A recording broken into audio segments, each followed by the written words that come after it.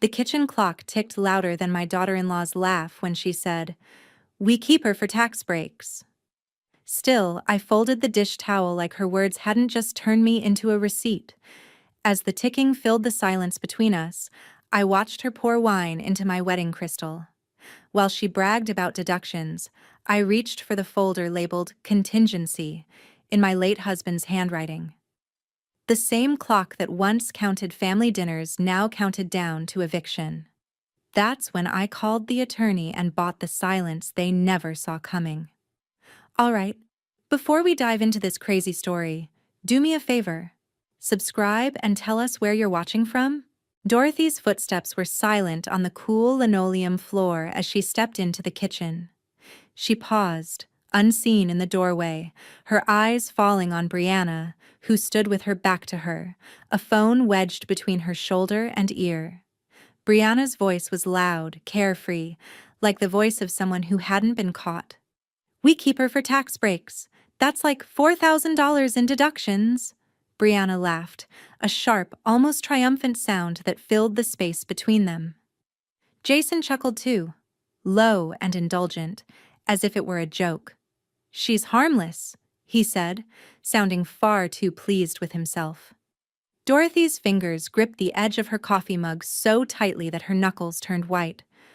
Her breath slowed, controlled. She didn't let them see how much it stung. Not that it mattered. They never noticed.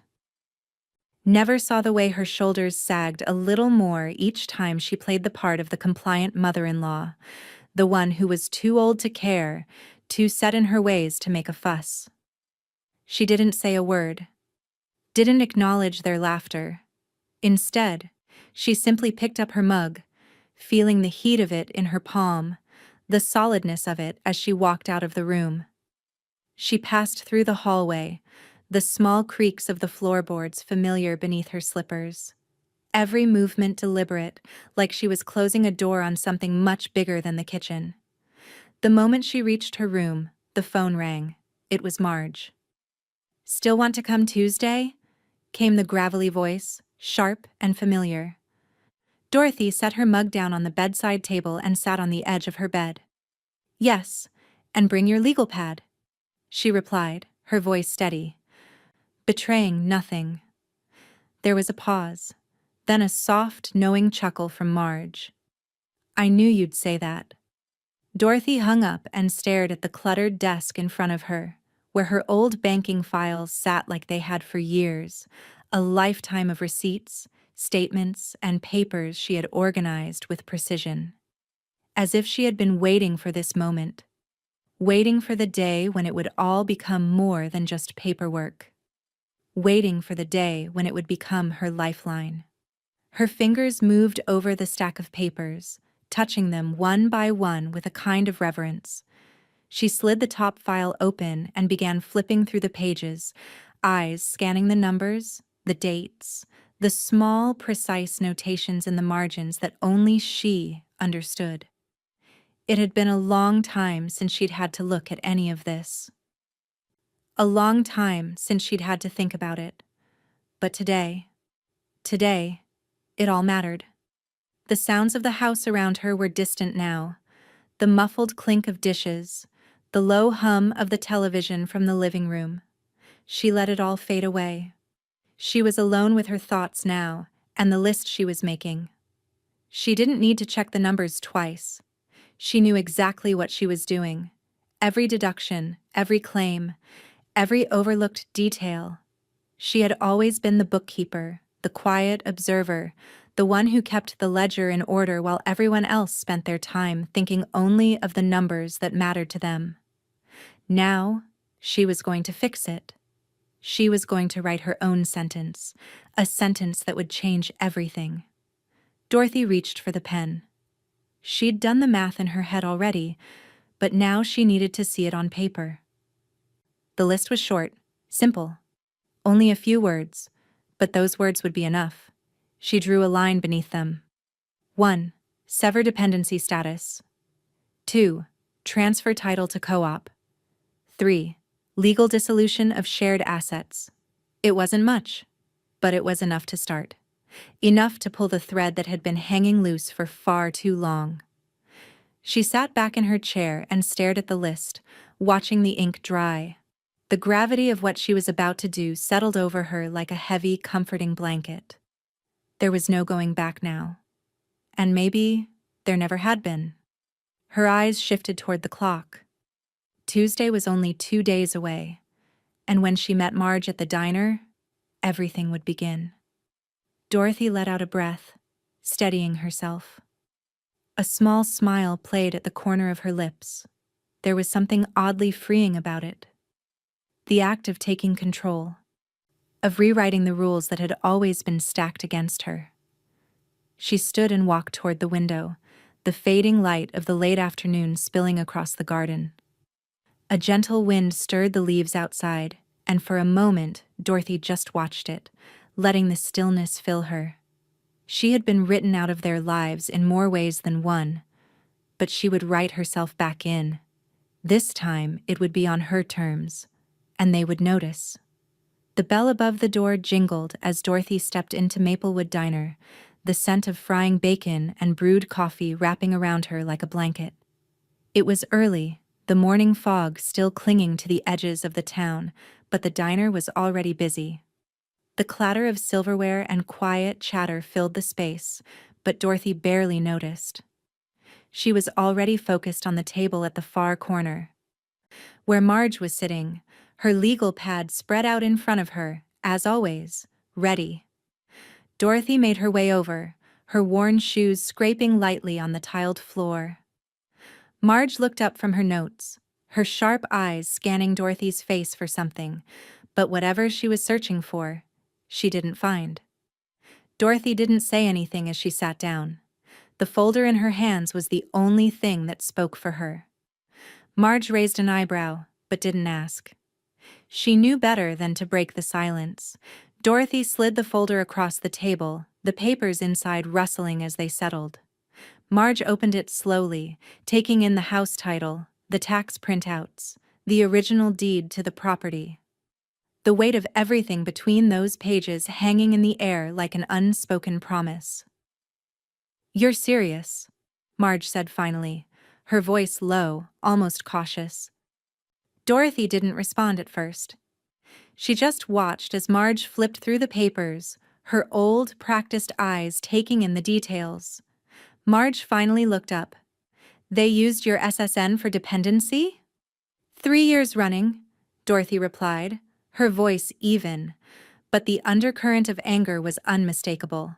She could still hear their voices, Brianna's gleeful tone echoing in her mind. "We keep her for tax breaks." The words were still there, floating just beneath her calm exterior, threatening to bubble over. Dorothy exhaled slowly. "I want a clean break, quiet, fast, and final." Marge's lips pressed into a thin line. She was no stranger to people who wanted to leave things behind, but there was something different in Dorothy's eyes. A quiet resolve that Marge hadn't seen in a long time. It reminded her of the Dorothy from years ago. The one who never let anything slip through the cracks. The one who knew exactly what she was doing, even when no one else did. "You know who can do that, right?" Marge asked, her voice taking on a tone of gentle knowing. "You're not talking about a simple will rewrite here." Dorothy's gaze never wavered. "I know. I need something more than that." Marge closed the folder and pushed it aside, her eyes narrowing as she took in the full measure of the situation. "You'll want Travis Lane. He's surgical with severances," she said, her voice almost admiring, as if she'd heard stories about Travis that were best left unspoken. Dorothy nodded. She already knew. She'd made up her mind. The only thing left was to make the call. Marge reached into her bag and pulled out a crumpled business card, sliding it across the table toward Dorothy. "Thursday. He'll make sure it's clean. Make sure it sticks." Dorothy took the card with a steady hand, glancing down at the name printed in crisp black ink. Travis Lane, tax attorney. The phone number below it seemed insignificant compared to the weight of what it represented. She tucked the card into her pocket without a word, the decision already made.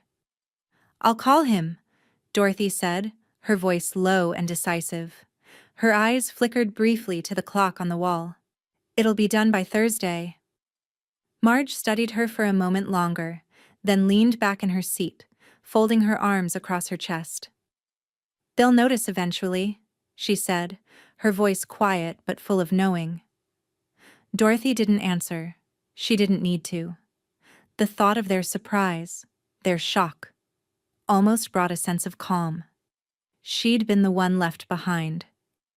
But now she would be the one pulling the strings. Marge pushed the empty coffee cup toward the edge of the table, her eyes narrowing with something like understanding. "You won't regret this." Dorothy took a breath, but her gaze remained fixed ahead, her mind already ahead of the moment, already planning what came next. "I'll take my chances." With that, she stood, smoothing the front of her sweater and reaching for the folder. The rustle of paper filled the space between them, a final note in an unspoken symphony. Marge didn't need to say another word. She knew what was coming.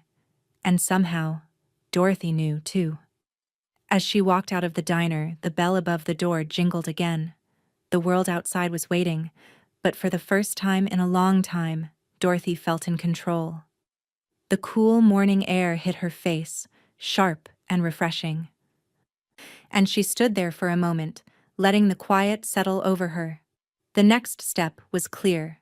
The break had been filed. Now the pieces would fall into place, and it would all be over in 2 days. Dorothy's hand hovered over the envelope as it lay on the kitchen counter, a soft rustle of paper as the sun streamed through the window, catching the edges of the crisp, pre-filled tax form. The numbers and boxes blurred for a moment, her mind swimming in the familiar, tedious language of deductions and credits. The form was so simple, yet it held the weight of everything she had worked to escape. She didn't have to open it.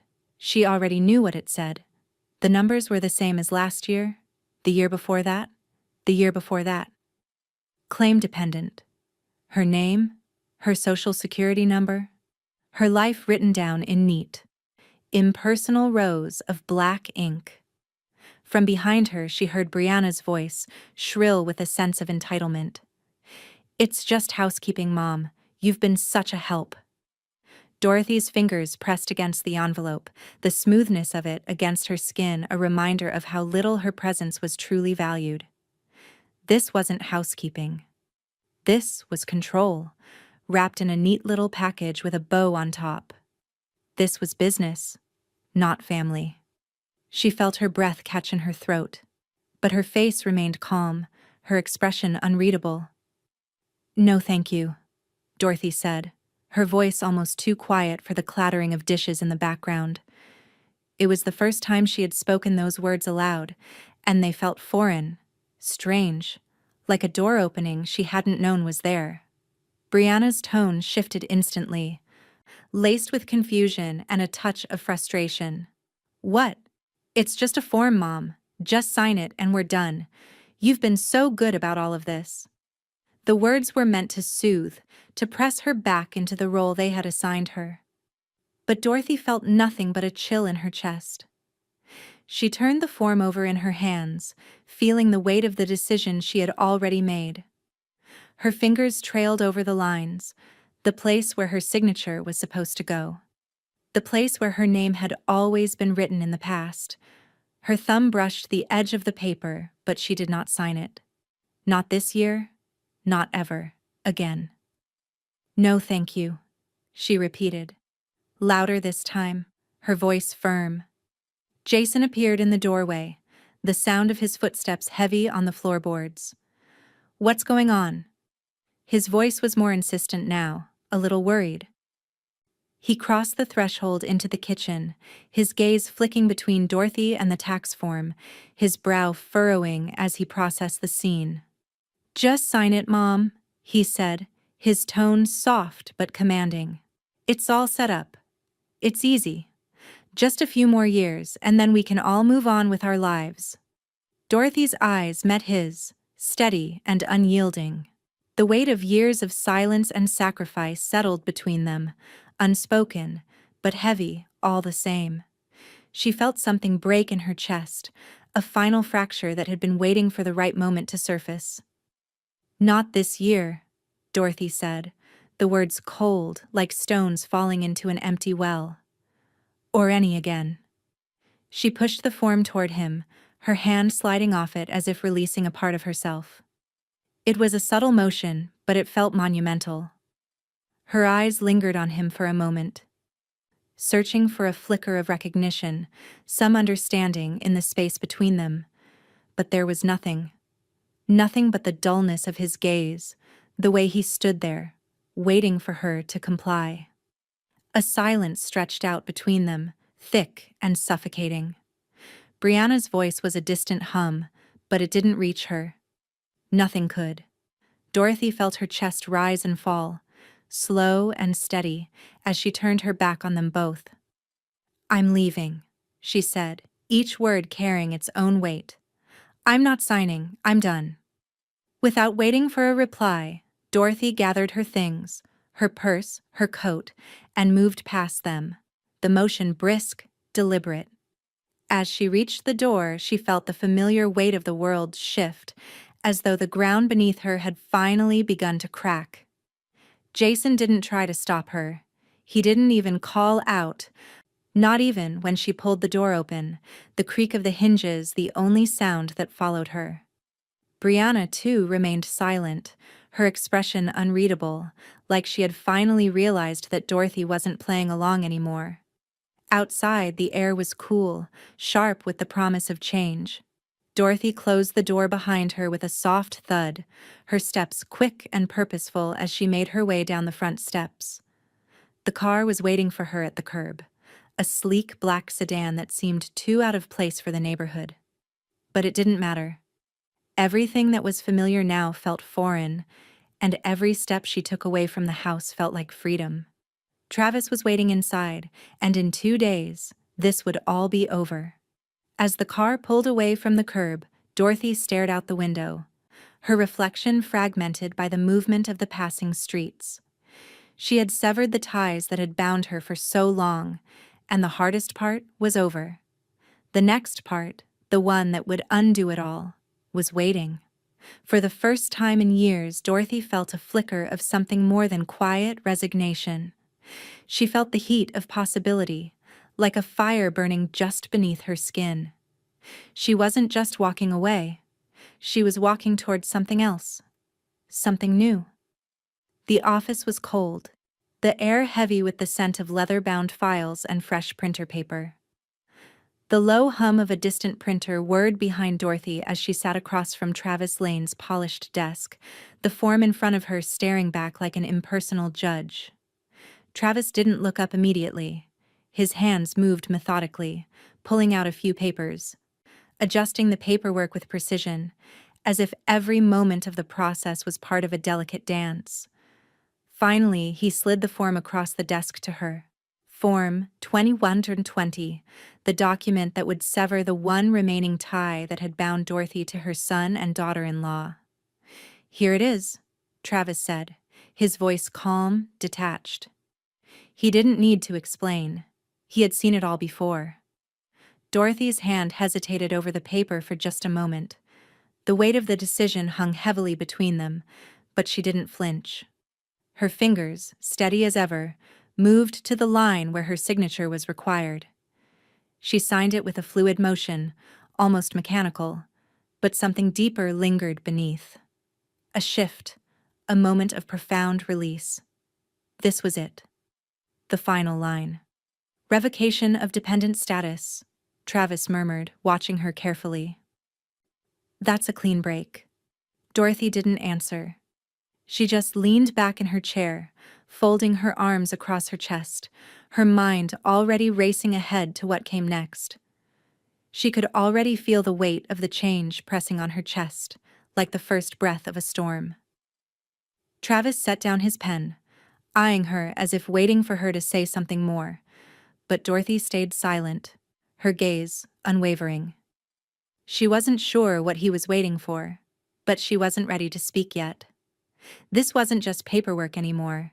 This was the moment when everything she had been holding in came to the surface.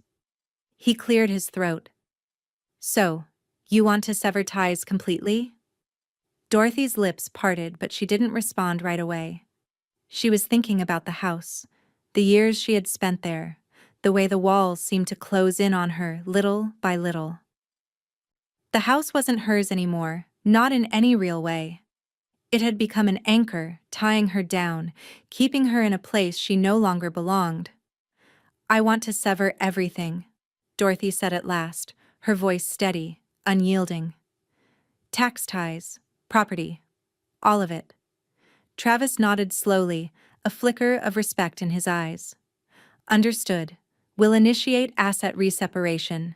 The house will legally be transferred to you. We'll set up the senior co-op as a new domicile, and from here on out, you'll have complete control. Dorothy felt a pulse of something deep within her, a recognition of the finality in his words. Complete control. It was a promise wrapped in the cold efficiency of the law, but it was her promise now.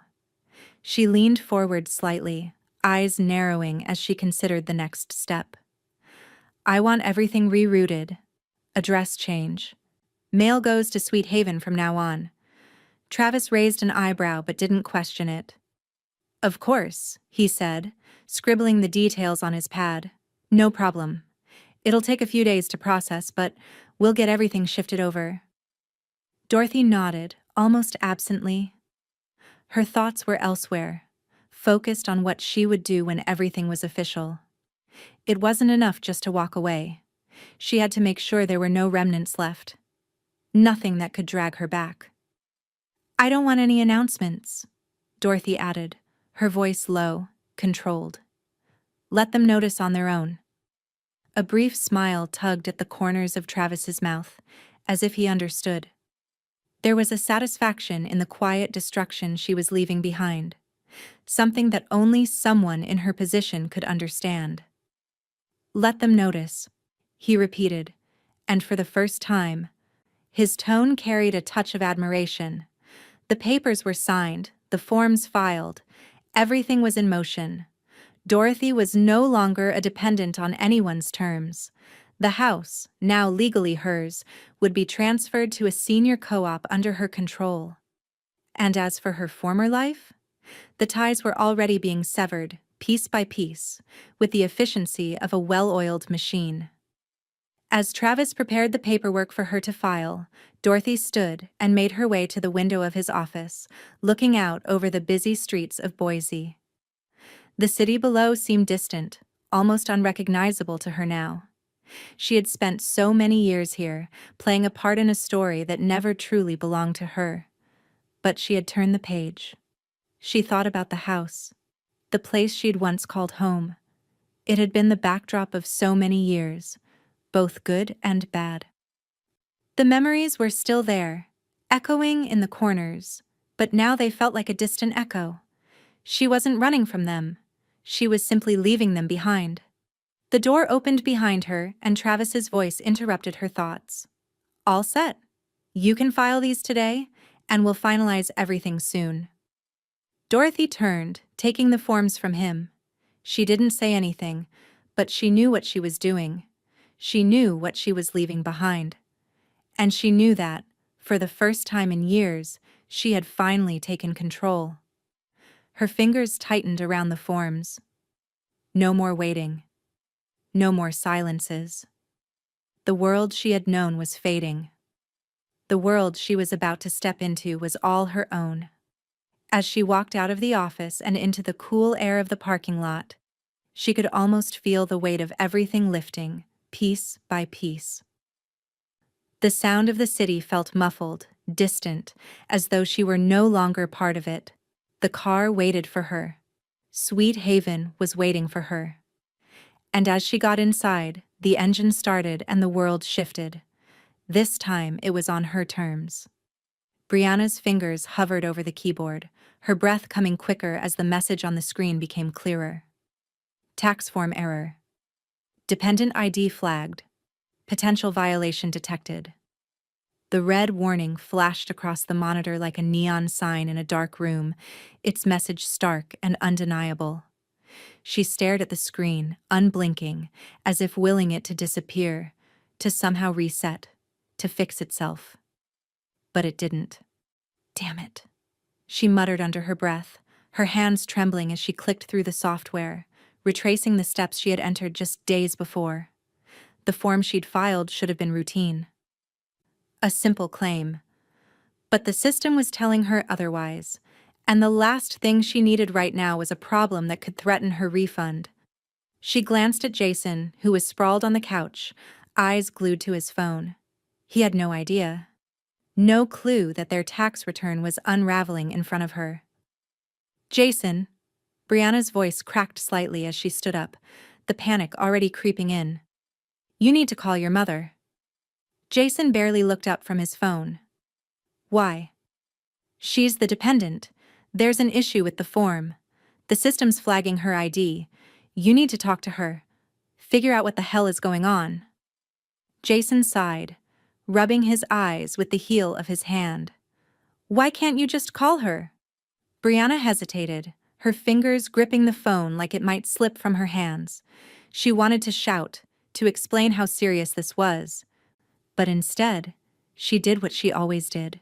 She smoothed it over, taking control of the situation in the only way she knew how. I'll leave a message, she said, swallowing hard as she dialed Dorothy's number. The phone rang once, twice, but there was no answer. Brianna clenched her teeth and left a message, her voice slightly too sweet, trying to cover the desperation that was beginning to creep through. Mom, it's Brianna. There's been a glitch with the tax form. It's showing an issue with your dependent ID. Can we talk? Please call me back as soon as you get this. She hung up, her chest tightening. This was bad. Worse than bad. She could feel it, like the earth shifting beneath her feet.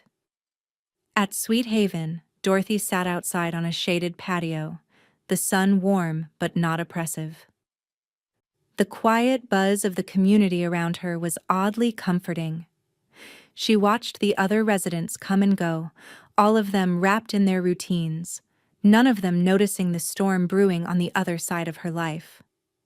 Marge sat across from her, an iced tea in hand, the condensation on the glass catching the sunlight. So, what now? Marge asked, her voice low but sharp with curiosity. Have they figured it out yet? Dorothy didn't answer immediately. She was thinking about the call, the message that Brianna had left her. It had been too polite, too calm. As if Brianna expected her to simply fix things, to bend to whatever had been broken, but Dorothy wasn't going to fix it. Not anymore. She took a slow sip of her tea, letting the coolness settle in her throat. They'll figure it out soon enough. If they haven't already. Marge didn't press her. She knew better than to expect Dorothy to elaborate. Instead, she leaned back in her chair, watching the people around them, the subtle energy of a place where quiet lives played out in small, predictable movements. I told you, Marge said after a pause. You don't just walk away from people like that. There's always a price. Dorothy glanced at her, the faintest flicker of a smile tugging at her lips. I'm not walking away, she said. I'm standing still. Let them come to me. The words felt final, almost prophetic, as if Dorothy had become something more than just a woman in the midst of a personal rebellion. She had become a force, and the world around her was the one that would change. Back at the house, Jason's phone buzzed on the coffee table. He picked it up lazily, scrolling through notifications, but then his eyes landed on something that stopped him cold. It was a letter from the IRS, and the subject line sent a jolt through him. Tax violation risk, dependency claim denied. Brianna rushed over as soon as she saw the letter, her face pale. What the hell is this? She asked, her hands trembling as she pulled the email open. It can't be right, Jason muttered, his mind racing. He read through it again, his stomach sinking with each line. The IRS was claiming they had improperly filed for Dorothy's dependency. And now, the claim was officially denied. The form they had submitted was invalid. There was no room for mistakes here. The penalties would be severe. "God damn it!" Brianna shouted, slamming the phone onto the table.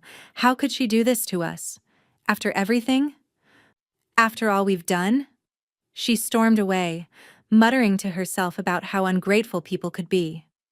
But Jason stayed still, staring at the screen. The weight of the situation settled on him, heavier than he had anticipated. Brianna's words had been loud, filled with anger, but Jason couldn't shake the feeling that something more was unraveling. He looked up at Brianna, his voice hoarse.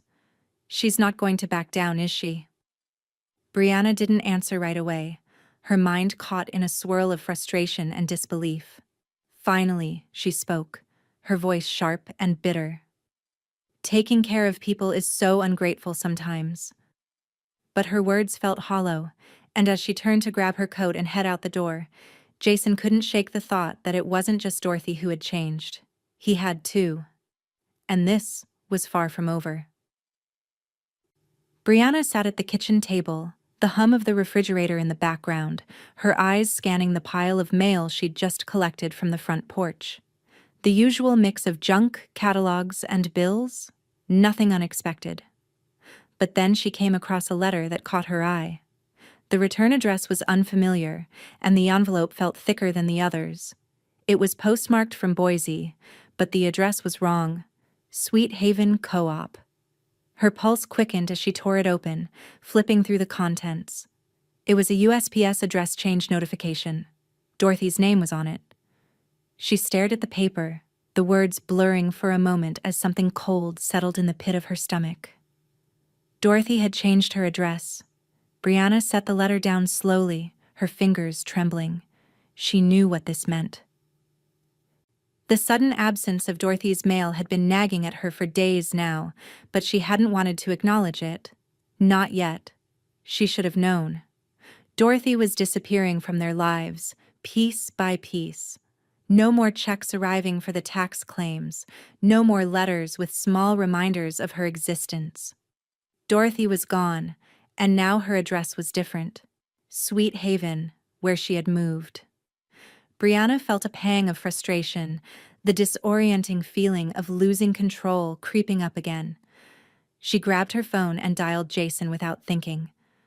The line rang for a moment before his voice answered, tired, distracted. "Jason, where's Mom's mail?" Brianna asked, her voice sharper than she intended. "It's not coming here anymore. It's all being sent to Sweet Haven." Jason's voice sounded distant, a sigh escaping him.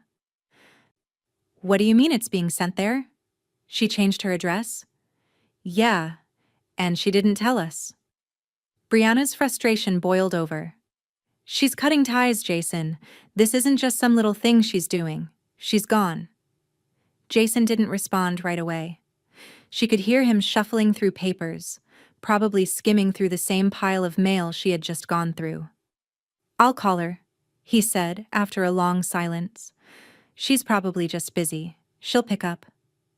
But when Jason dialed Dorothy's number, there was no answer. Not the first time, not the second. His frustration, too, was building. He let the phone fall against the counter. "She's not answering. This isn't like her. Something's off." "I told you." Brianna's voice dropped to a murmur. "She's pulling away. She's done with us." Jason didn't reply. But his silence said more than words ever could. The space between them stretched long, heavy. Brianna felt the weight of it press on her chest. She had never imagined it would come to this. Dorothy, her mother-in-law, had always been a quiet presence, the kind that blended into the background. She had been there, never demanding, always accepting, always the one who didn't make waves. Until now. Now, it was as if she had evaporated, leaving only echoes behind. At Sweet Haven, Dorothy was outside, adding the finishing touches to her small porch. The sunlight filtered through the trees, casting dappled shadows on the freshly swept floor.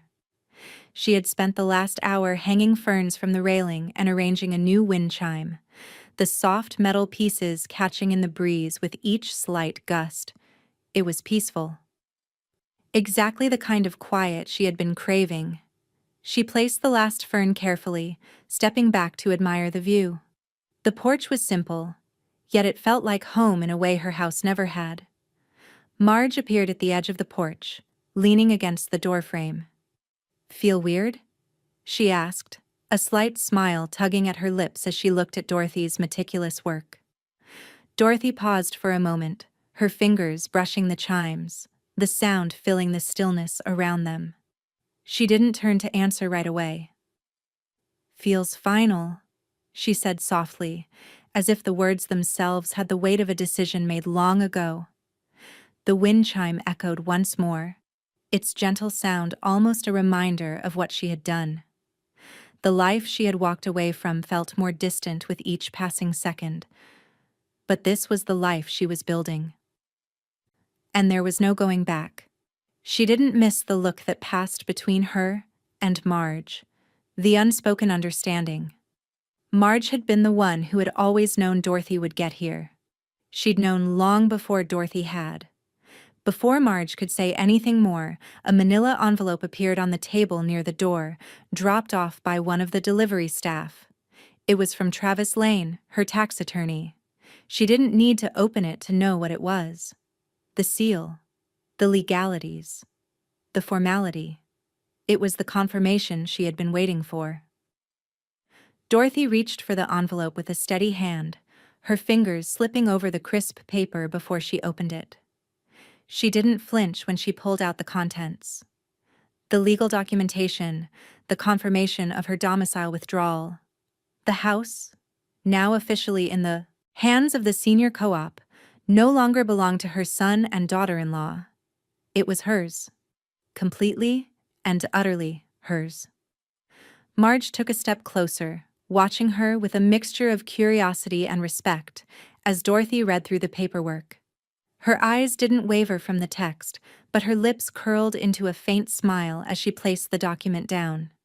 "They'll notice," Dorothy said quietly, her voice calm but filled with a certainty that settled deep into the pit of Marge's stomach. She could almost hear the quiet chaos on the other end of the phone line. Jason, Brianna, they would be losing more than just their mother-in-law. They would lose what they thought was theirs.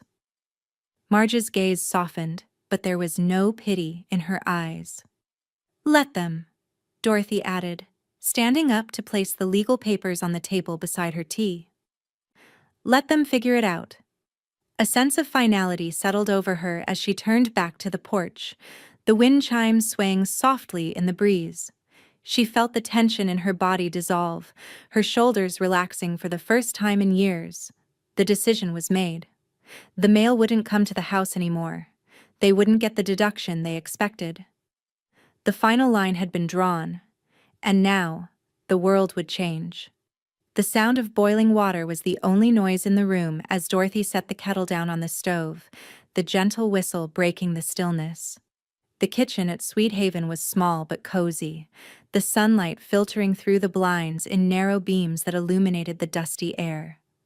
Dorothy moved with practiced ease, preparing tea as she had 1,000 times before, but now the motions felt different. They felt like a ritual. A way of grounding herself before the storm that was about to arrive. The doorbell rang just as the steam began to rise from the kettle. She had known it was coming, had felt the weight of it in her bones, even before Haley's name appeared on the caller ID. Still, it was a shock when Haley stepped into the doorway, looking uncertain, her posture stiff. Dorothy didn't rise from the counter immediately. She finished pouring the hot water into the teapot, her movements slow and deliberate, as though she was giving Haley the space to speak first. Haley stood there, her hands shoved deep into the pockets of her jacket, her gaze darting to the table and then quickly away. "Mom's freaking out," she said, her voice tight, almost defensive. "She said you messed everything up." Dorothy turned, her face calm, unreadable. She didn't rush to explain. Instead, she placed the teapot on the table, the porcelain gleaming softly in the light. She didn't need to justify her actions. Not to Haley. Not to anyone. "I didn't mess anything up, Haley," Dorothy said evenly, pouring the tea into delicate cups, the amber liquid swirling gently. "I corrected it." Haley shifted on her feet, her eyes dark with confusion and frustration. "You really moved out? Over a tax form?" Dorothy set the teacup down in front of her granddaughter, the porcelain handle cool under her fingers. There was a pause as she regarded Haley, her gaze steady, searching. Haley wasn't a child anymore, but she still wore the same wide-eyed expression when something didn't make sense, something she couldn't quite grasp. Dorothy recognized it, the way Haley was struggling to understand, to reconcile the woman in front of her with the grandmother who had always played the role of the invisible matriarch, the one who never rocked the boat. Dorothy's hand went to the small envelope on the table. It had been sitting there, unopened, but Haley needed to see it. She needed to understand why this wasn't just about a tax form. She slid the envelope across the table toward Haley, who eyed it warily before picking it up, her fingers running over the crease. Dorothy leaned back in her chair, watching as Haley tore it open and unfolded the contents. The dependency form Brianna had filed without her consent. The one that had been submitted to claim Dorothy as a dependent in order to receive tax benefits. The form that had set all of this in motion. Haley stared at the paper for a long moment, her brow furrowing as she scanned the lines. She didn't speak, didn't ask questions, but Dorothy could see the realization slowly creeping in. Finally, Haley looked up, her face stricken.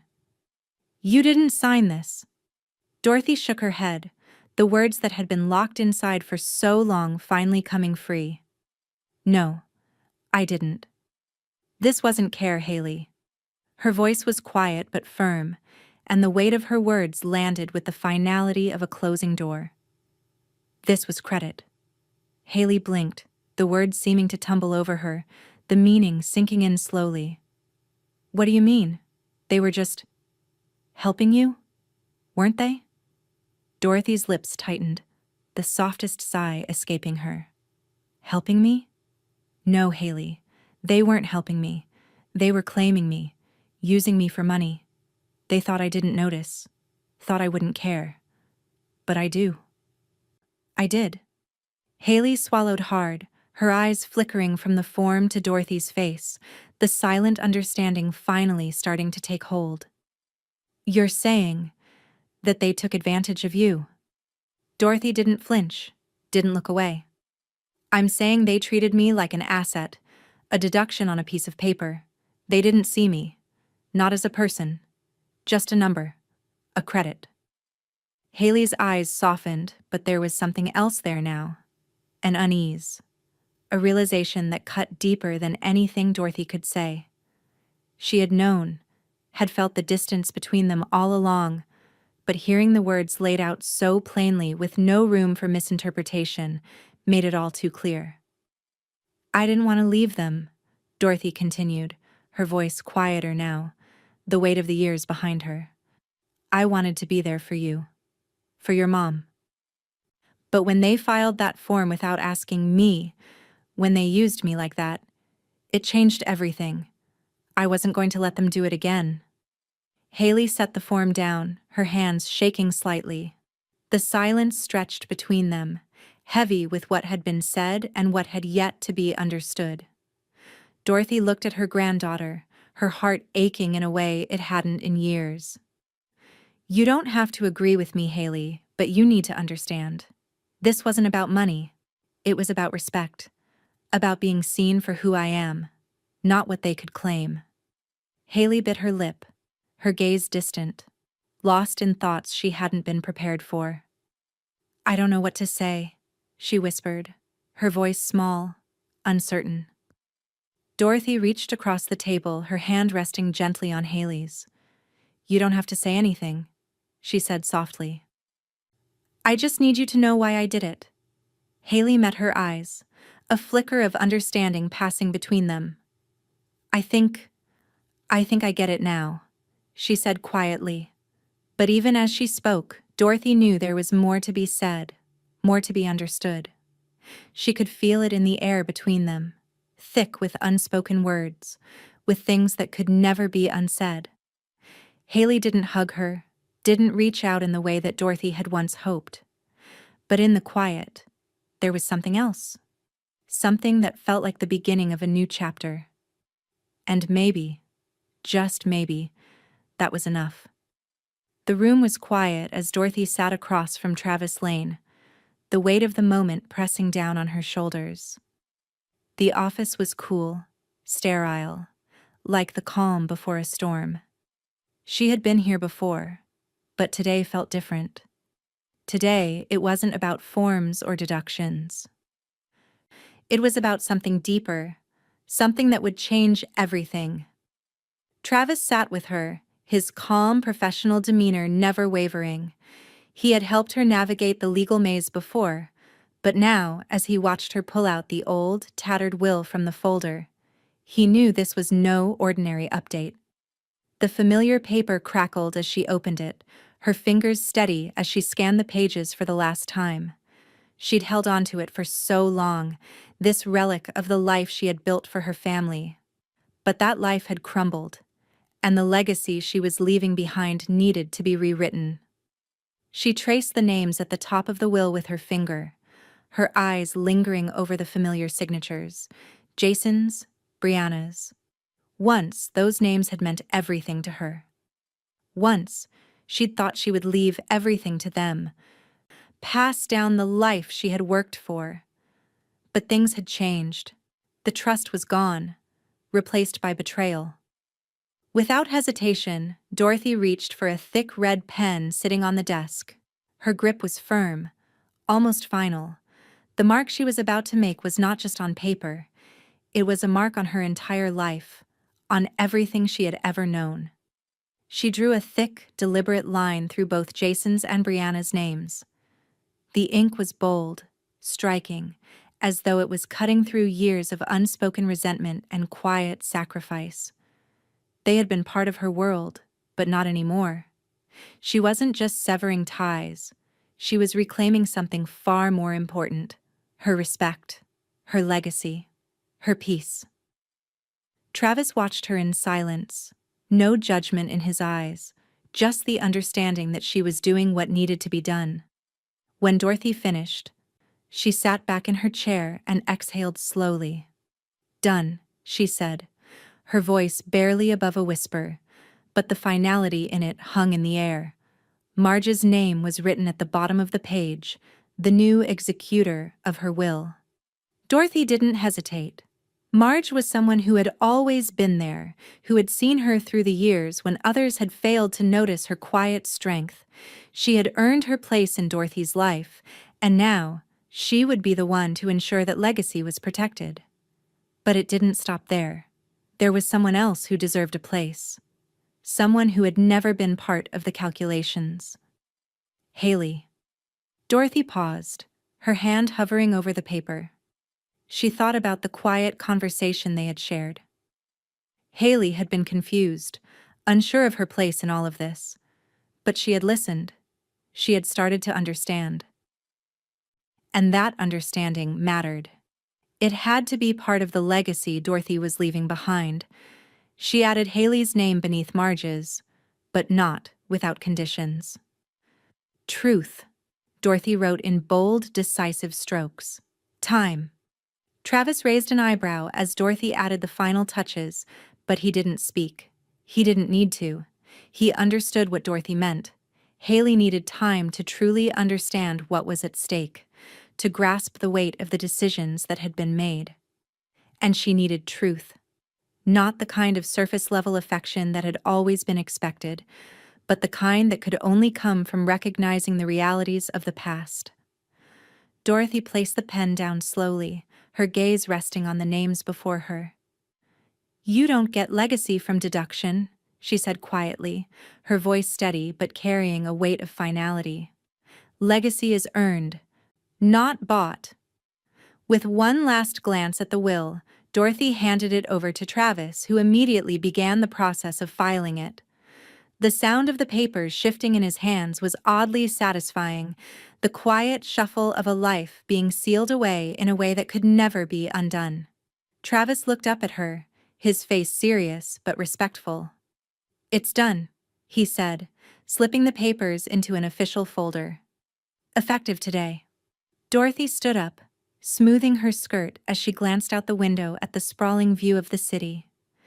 She had done it. She had rewritten her story, and now it would unfold on her terms. No longer would she be a piece on someone else's chessboard. No longer would she be a dependent, claimed for the benefit of others. She was free. The wind outside shifted, and for a moment, it felt like the world was changing all around her. As Dorothy walked out of the office, the weight of the last few months, the secrets, the betrayal, the quiet decisions, lifted. The sunlight seemed brighter, the air clearer. Everything was different now. She had changed it all, and now all she had to do was wait for the rest of the world to catch up. Her phone buzzed in her bag, breaking her reverie. She didn't need to look at it. The message would come soon enough, just like the others, and when it did, she would be ready. For the first time in years, Dorothy felt like she was truly standing in her own life, unapologetic, undeterred, and ready to face whatever came next. The email sat on Dorothy's phone, a small notification banner that flickered in the corner of her screen. It was from Jason, and it was all she needed to know. The subject line was simple. "Can we talk?" She didn't open it, though. She didn't need to. The words had already been spoken, hadn't they? She didn't need another apology, another justification. She had made her decision, had made it long before that email came through. She was done with them. Done with the years of silent sacrifice, the ways they had used her without ever truly seeing her. Dorothy placed the phone down on the table beside her and walked to the window, gazing out at the sprawling gardens of Sweet Haven. The landscape was peaceful, calm. Everything was just as it should be. She had severed the ties. The rest of the world would have to catch up. Marge was in the room, sitting in the corner, reading through some of the community's announcements. She looked up, sensing the stillness in the air. "What would you say to them?" she asked quietly, almost as if she were asking herself more than Dorothy. Dorothy didn't hesitate.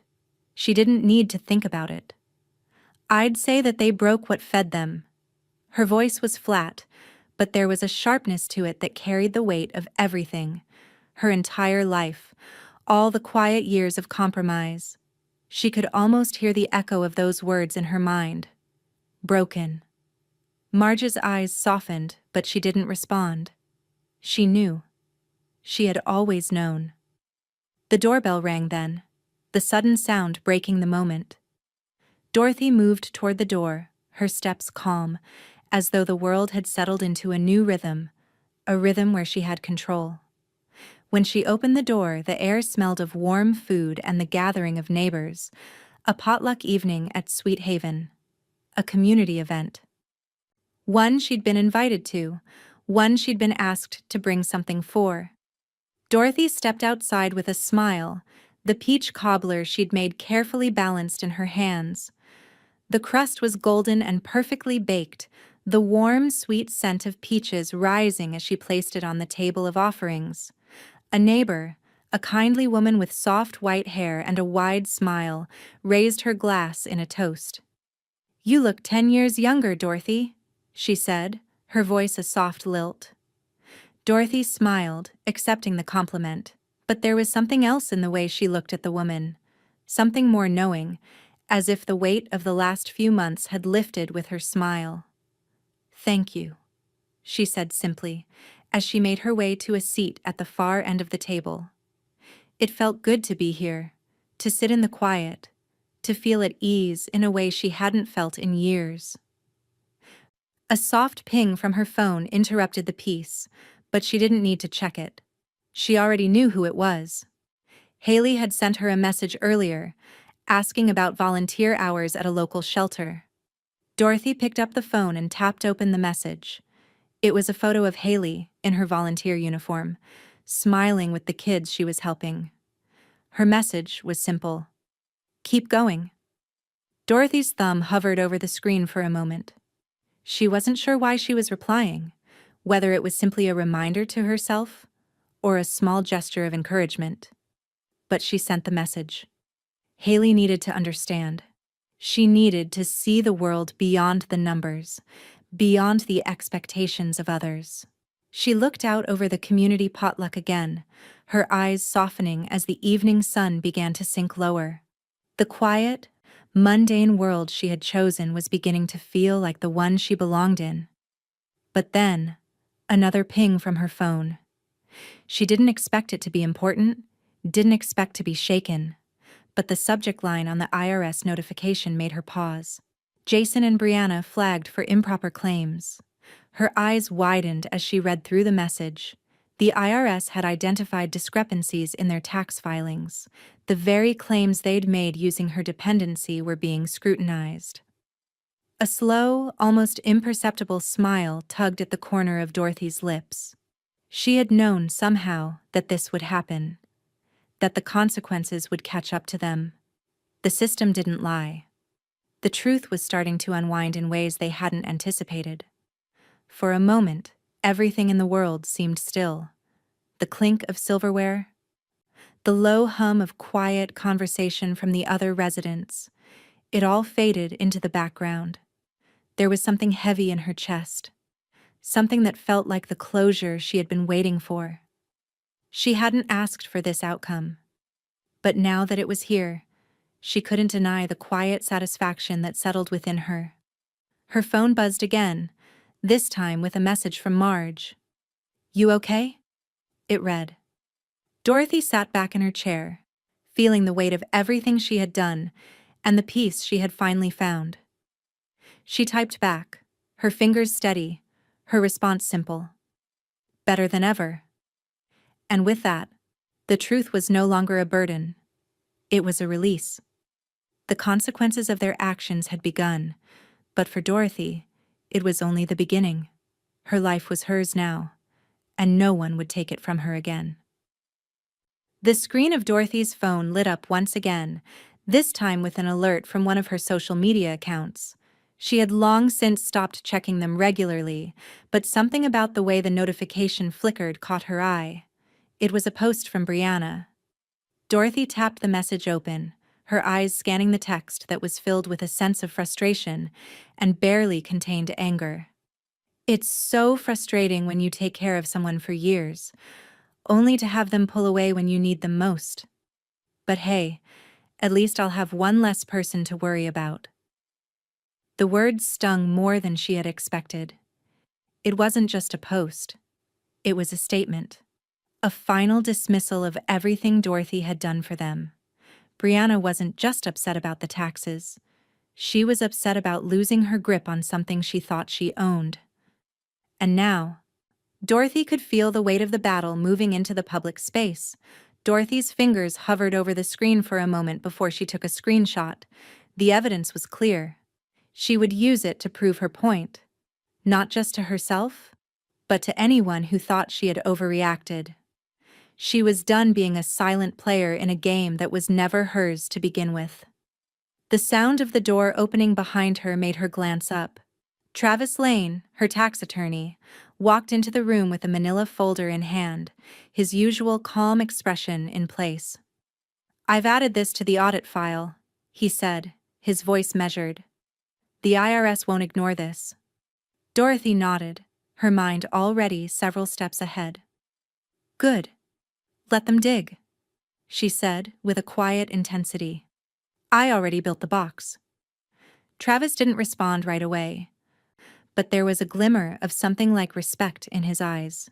He had been with her through all of this, the filing, the documentation, the carefully calculated moves that had shifted her life into a direction she was finally in control of. He knew what was at stake. and for the first time, he could see that Dorothy was no longer trying to keep things together. She was tearing down the walls that had been built around her for years. "Anything else you need from me?" he asked, his tone almost casual now, as though the fight had already been won. Dorothy leaned back in her chair, folding her hands in front of her. "I think I'm done with paperwork for a while," she replied, a slight smile touching her lips. The chaos had been replaced by a quiet clarity. The world outside could keep spinning in circles, but Dorothy was no longer caught in the whirlwind.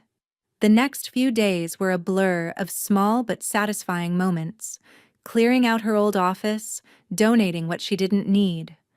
The bulky, outdated computer that had once been her link to a life she had no desire to revisit was now sitting on the counter, ready to be donated to the local library.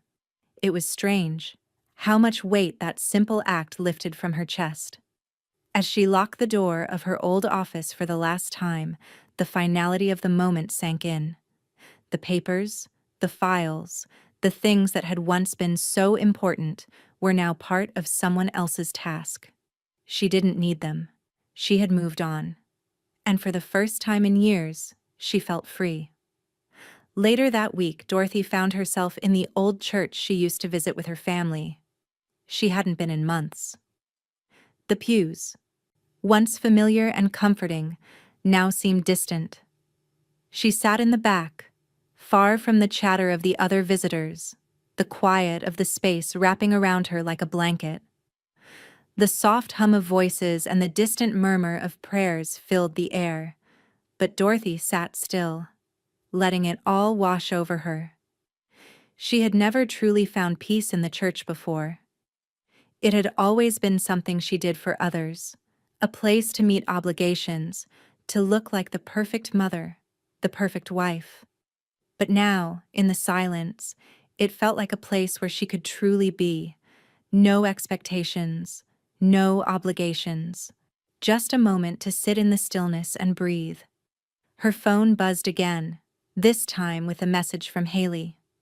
The simple text was a question, an invitation. "Can I visit again soon?" Dorothy stared at the message for a long moment, her thumb hovering over the screen. She had come to understand so much in the last few weeks, so much about herself, her family, her relationships. Haley was the one who had seen her clearly, had slowly come to understand the woman beneath the grandmother and the mother. Dorothy took a deep breath, her fingers tapping out a response. "Yes, come soon. We have things to talk about." She hit send and leaned back in her chair, the weight of the decision settling over her like a quiet wave. She didn't know what Haley would say, or how the conversation would unfold. But for the first time in years, Dorothy felt like she was finally able to shape the narrative. She wasn't just waiting for the storm to pass. She was standing tall in the midst of it, her feet firmly planted in the ground. And whatever happened next, whatever the consequences of the choices she'd made, she was ready. Ready to face them. Ready to own them. This time it would be her story. Her legacy. And no one would take that from her again. The community center was buzzing with quiet energy as Dorothy stepped into the room. The hum of conversation mixed with the clink of coffee cups and the shuffle of chairs being moved. She paused just inside the door, taking a moment to steady herself.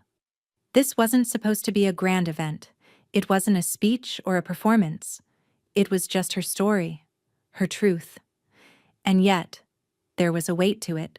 The small crowd of women, widows, caregivers, and the quiet warriors who had long fought battles behind closed doors, were all here to listen, to hear what she had to say. And in that, Dorothy felt the rawness of it all. She wasn't just telling her story. She was showing them that they could have a voice too. Her eyes scanned the room as she moved toward the front. She had been asked to speak. No, invited, by a local nonprofit that focused on empowering women, particularly those who had been overlooked or silenced. She wasn't sure what she had to offer them, But she knew that whatever it wasn't about giving advice.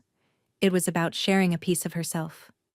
The mistakes, the lessons, the quiet reckoning that had led her to this moment. As she reached the front, Marge was already there, standing off to the side with a reassuring smile, her arms folded. Dorothy's old friend had been her rock through all of this, the one person who had always understood when others had not. "Are you ready?"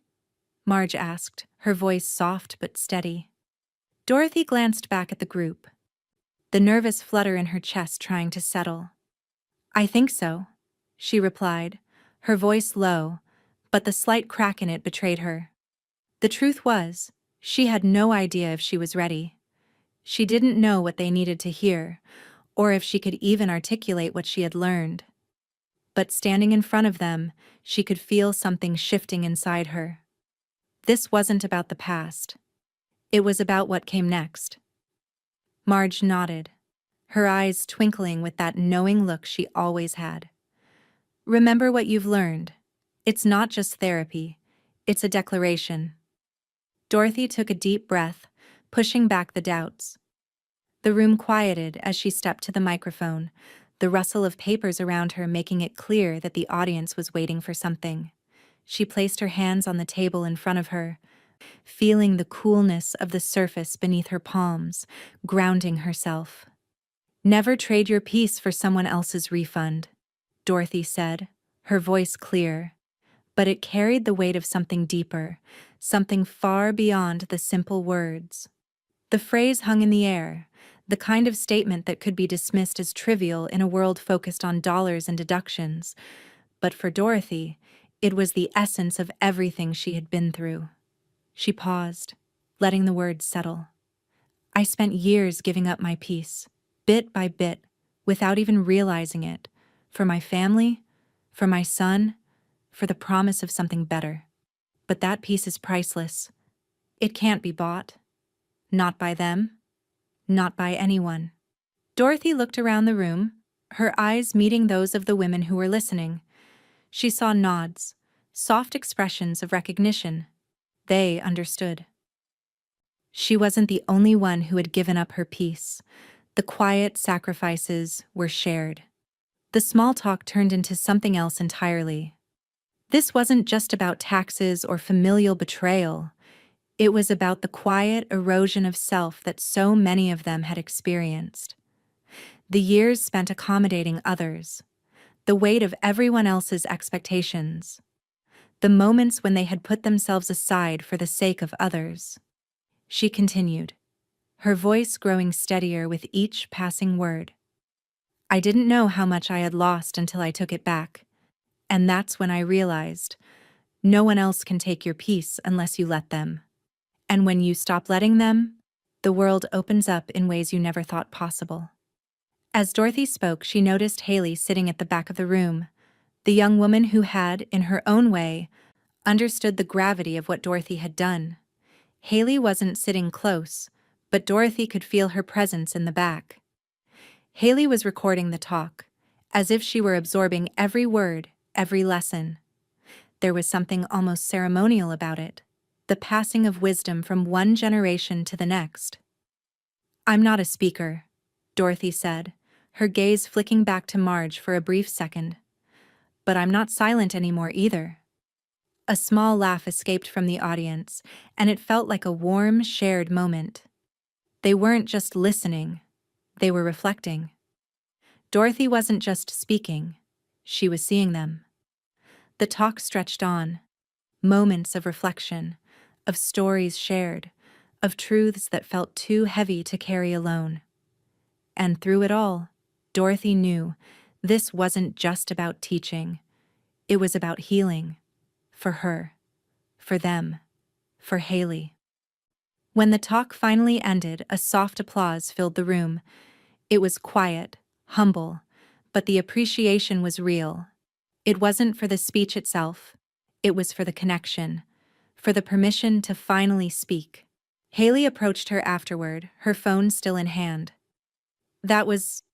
She paused, searching for the right word. "Powerful." Dorothy smiled, the exhaustion of the talk sinking in. But it wasn't the kind of tired that came from giving too much. It was the kind that came from letting go of something that had been held inside for too long. "Thank you for being here," Dorothy said, her voice soft but full of something she hadn't realized was there before. Haley nodded, her eyes meeting Dorothy's with something new in them: respect, understanding, maybe even admiration. "I meant what I said, Dorothy," Haley added, her voice low. "I'll be here. We still have things to talk about." Dorothy nodded, feeling a quiet weight lift. Whatever had come before, whatever distance had existed between them, it was beginning to fade. They weren't just talking about the past anymore. They were stepping into something new. And for the first time, Dorothy felt the stirring of something beyond the weight of her decisions, the beginnings of something more. Something she hadn't been able to name before, but now, she could feel it in the room.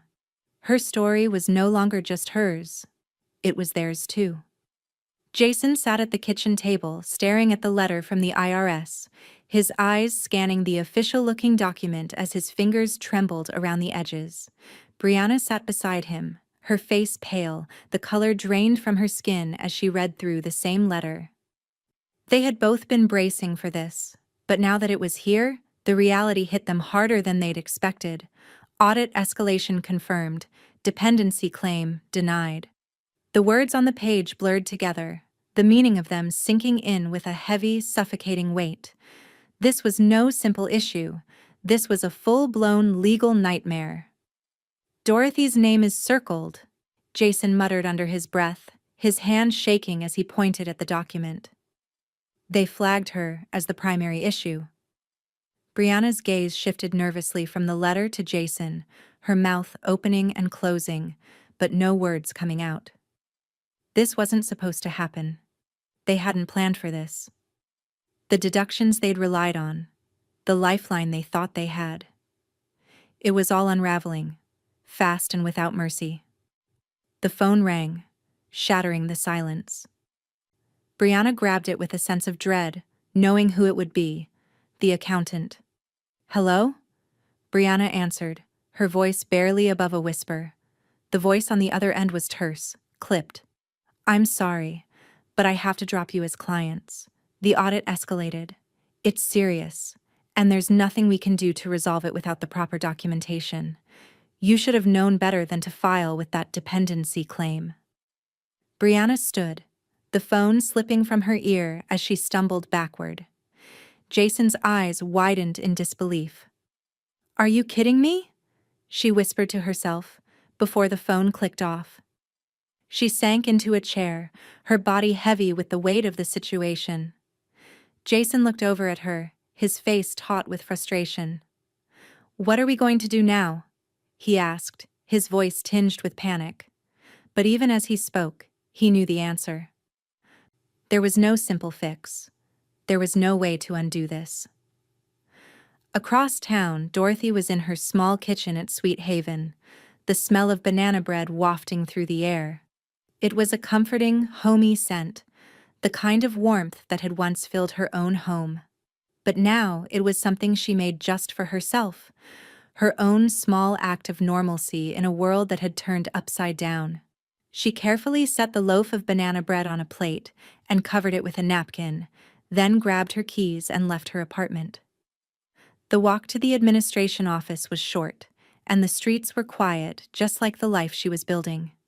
She had no idea where things were with Jason and Brianna now, and truth be told, she didn't care. They had made their choices, and she had made hers. The bread was just a gesture. Something small that felt like a small measure of closure. She wasn't holding grudges, no, that wasn't her style. But she also wasn't going to go out of her way to clean up the mess they had made. When she arrived at the admin office, she handed the banana bread to the receptionist, a friendly woman with glasses who always smiled when she saw Dorothy. "For the team," she said, her voice warm, the small exchange feeling like a strange kind of victory. As she turned to leave, Marge was standing by the door, arms crossed, an unreadable expression on her face. "You know what's happening," Marge said, her voice calm but full of that underlying knowing. It wasn't a question. Dorothy gave a short nod, her expression unreadable. She had been waiting for the moment when the world would start catching up to what she had set in motion. The IRS had just dropped the bomb. She had expected it even, but there was no point in worrying. She had done what she needed to do. Want to know how much they owe? Marge asked, her voice laced with curiosity. Dorothy smiled faintly, the kind of smile that was both satisfied and detached. No, she replied softly. I already collected. Back at the house, Jason and Brianna sat in silence, staring at the pile of unopened bills and the IRS letter. The weight of it all was crushing. The phone calls from lawyers, accountants, and now, the IRS. It was all too much to handle. What are we going to do? Brianna asked, her voice cracking, the reality of their situation finally sinking in. Jason didn't have an answer. He was in a daze, running through numbers, running through worst-case scenarios in his head. But none of it seemed to matter anymore. Their world was collapsing, and there was nothing they could do to stop it. At Sweet Haven, Dorothy sat at her small kitchen table, the room quiet except for the faint hum of the air conditioner in the background. Her phone buzzed again, and she glanced down at the screen. Another notification. This time, it was from her old journal. She started writing again, a quiet project that had taken shape as a way to process everything. She opened it and smiled softly at the title she'd typed just a few days ago. Deductions and Departures. Her fingers hovered over the keys and she began typing. The truth is, they never really saw me. They saw the woman who cooked the dinners, cleaned the house, kept the books. The woman who let herself be used. But they never saw the person who was quietly losing herself, bit by bit. They didn't know I was still here, but I've found my voice again, and I will make sure they know it, whether they want to or not. Dorothy leaned back in her chair, the quiet satisfaction settling over her like a blanket. The work wasn't finished, but for the first time in years, she felt like she was finally writing the story that had always belonged to her. Her phone buzzed again, but this time she didn't look at it. She didn't need to.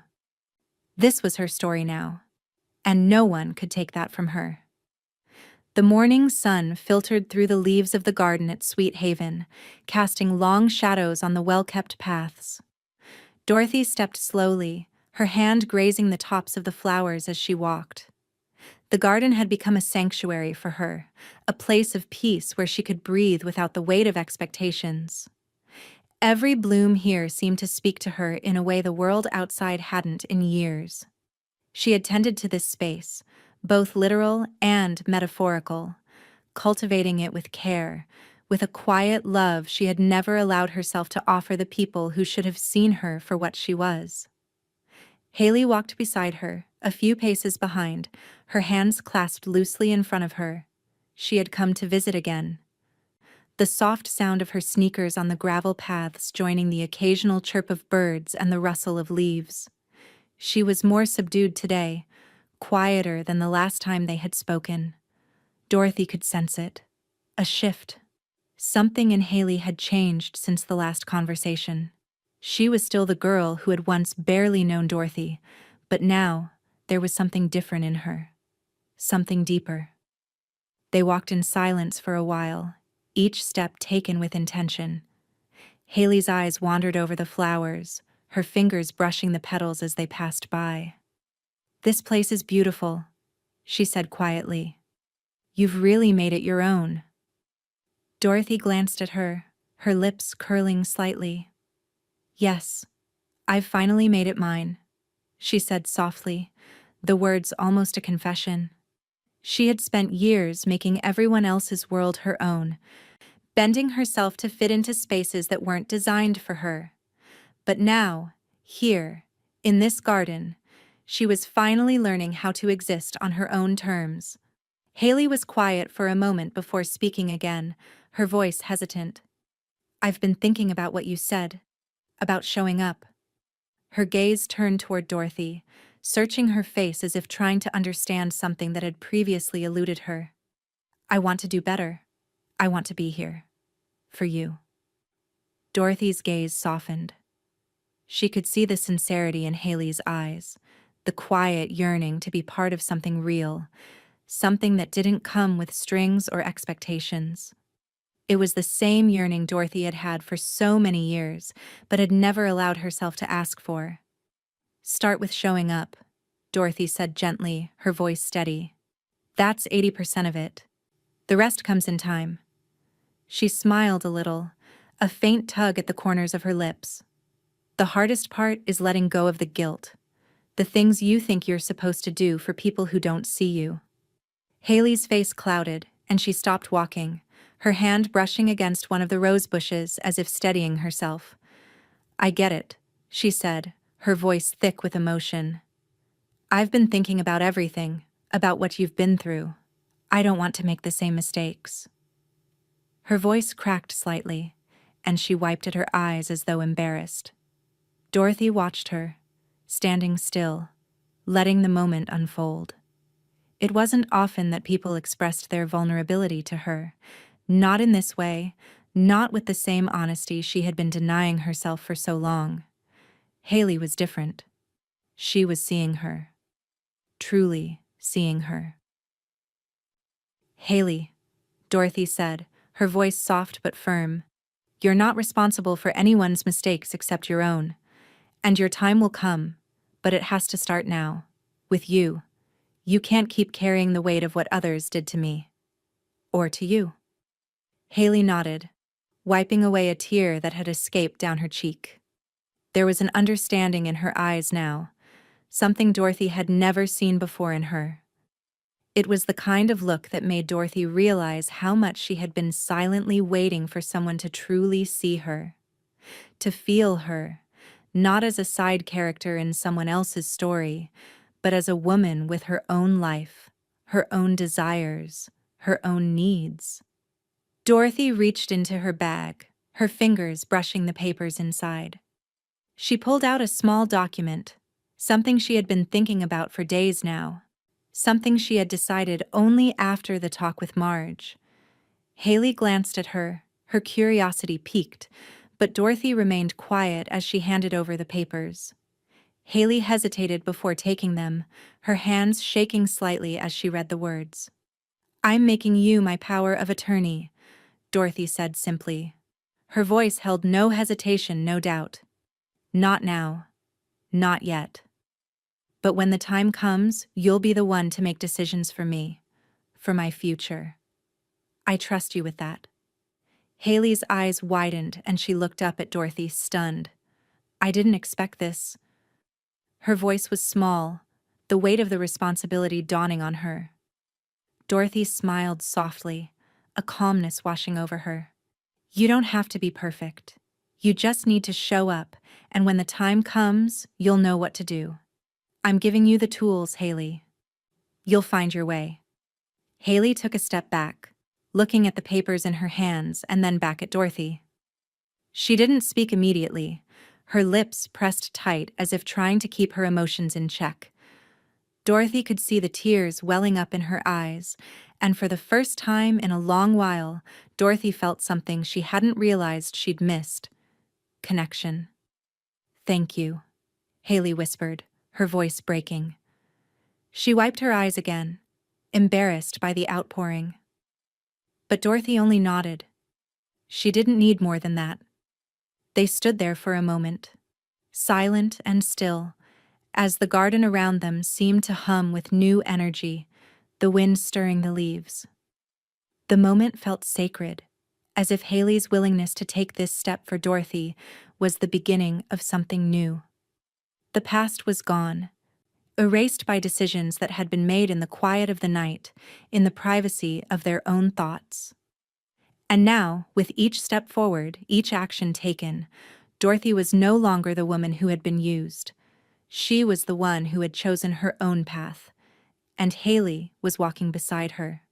Not behind her, not ahead of her, but alongside her. For the first time in a long while, Dorothy felt at peace.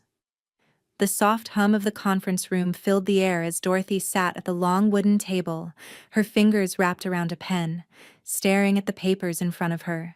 A folder was spread before her, the final details of the Dorothy McKinley Tax Education Grant, now on the verge of becoming a reality. The foundation was hers, all of it, created by her own hand and vision. The $25,000 endowment, raised through careful planning and the restructured will, would go toward educating others, particularly women, on how to navigate the often confusing maze of tax laws. The thought of it was more satisfying than she could have imagined. The feeling of control, of making something real out of years of silence and sacrifice, was intoxicating. Marge, who had been with her every step of the way, sat across from her, scanning the documents. "It's all set, Dorothy," she said, her voice filled with pride. "This is more than a legacy. This is your message to the world." Dorothy nodded but said nothing. She didn't need to hear it again. She knew what this was. This wasn't just about taxes or the endowment, or even the grant itself. It was about showing the world that she was more than just a line on a tax return. This was her voice. This was her message. She picked up the phone as it buzzed, her heart steady. It was a local reporter from the Boise Sentinel asking for an interview. Dorothy hesitated, the idea of being in the spotlight still a bit foreign to her. But she had learned, through months of quiet reflection, that the truth was the only thing that mattered now. And if she was going to speak, she would speak plainly. No fluff, no glamour, just the truth.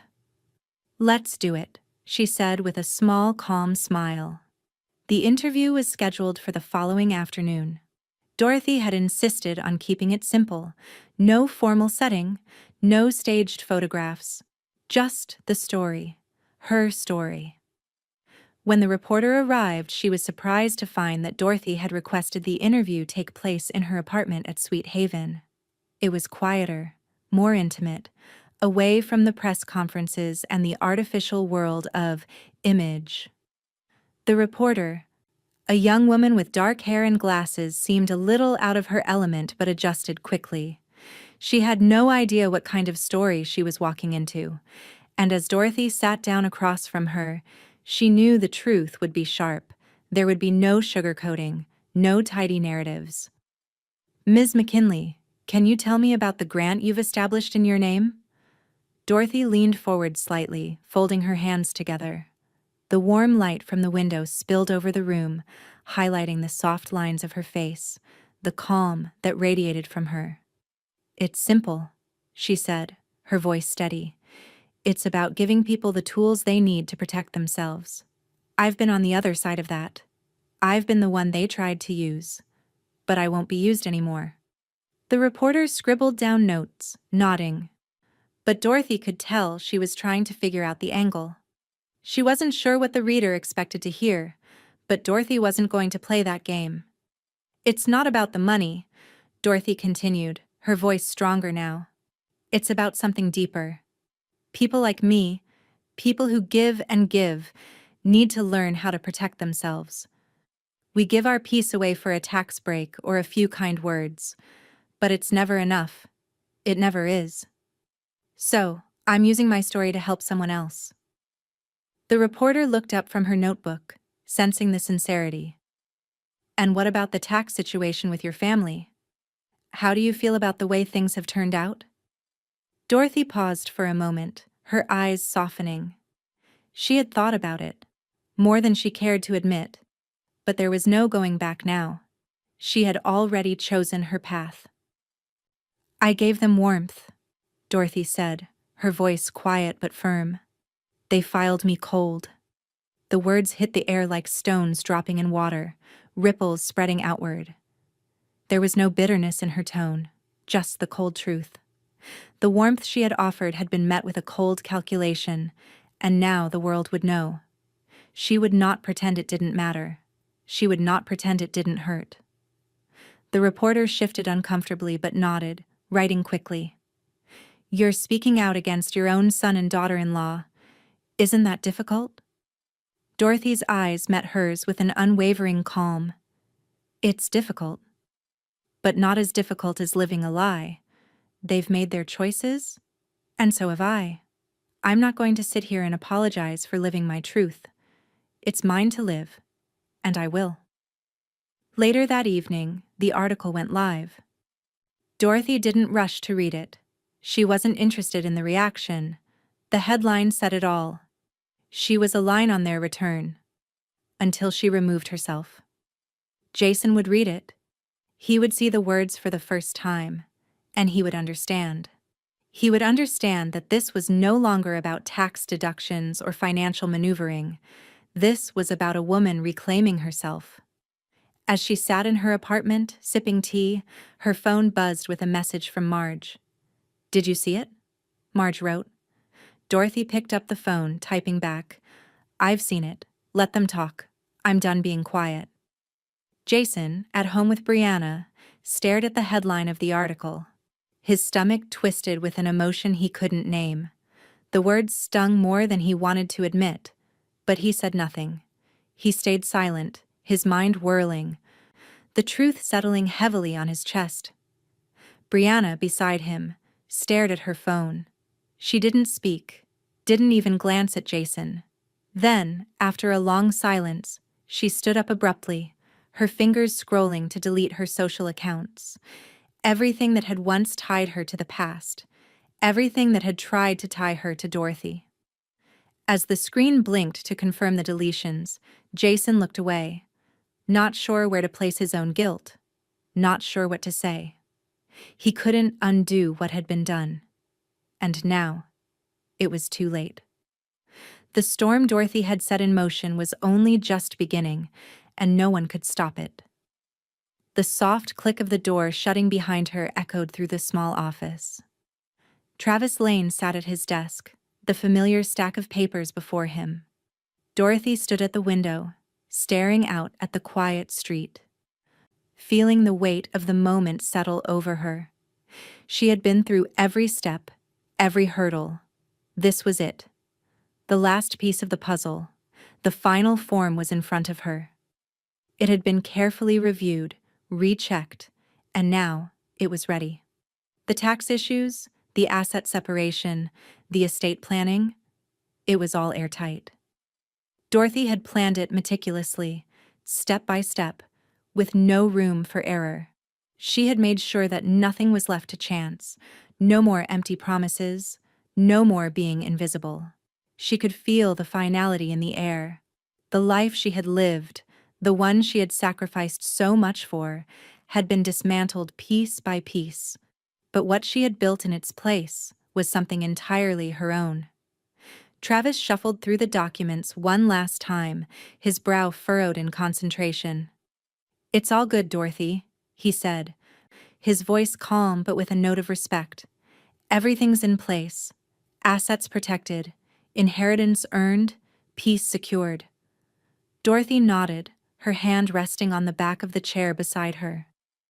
"I know," she said, her voice soft but firm.